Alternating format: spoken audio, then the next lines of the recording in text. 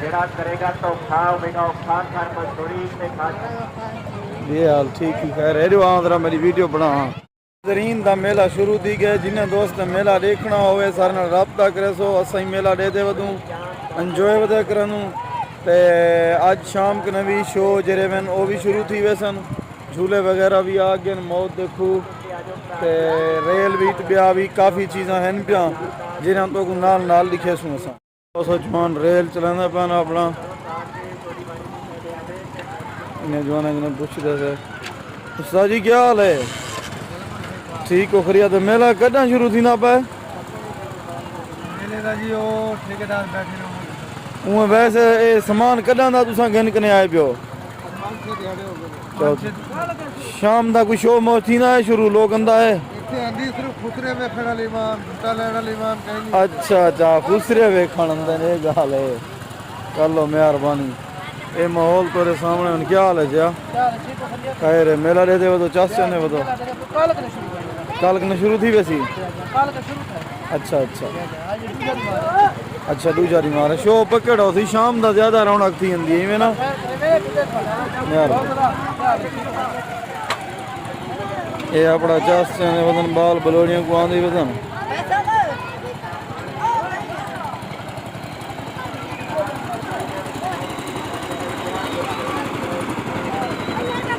रामा मिला आंदा खैर ऐसी ठीक हो रिया दे कटो ये निकले बाल शाल झूठ दे पान ये मल्हार जा दुकान मलहरी जा क्या हो जा नू जा ते सेटअप निजाम है तेरे सामने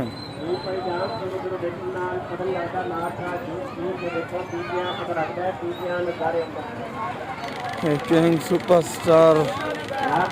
गारंटी शो गर्मी के खिलाफ शाबाश जवानों आते जाओ ते काबल के किनारे नार दा जूस पींदे जाओ छोटा गिलास 20 रुपए दा बड़ा गिलास 50 रुपए दा होटल दी जा माइया आंदा है होटल दी जा माइया दिल विच दिल वसे नहीं होटल दी जा माइया शाम दा मरका शो थी अंदर निजाम पर कोई चढ़े ने पियो दा पब्लिक कुछ रहने पियो सा कुछ पता कहना थाई अचानक आए वदया से मेहरबानी नसीब करो चाहे हुन भी दिन कदा कने शुरू थी ना पाए शाम दा शो को लग सी बस शाम दा निकल आसू सरदार क्या पैगाम देवण चाहंदो मेले दा दोस्तन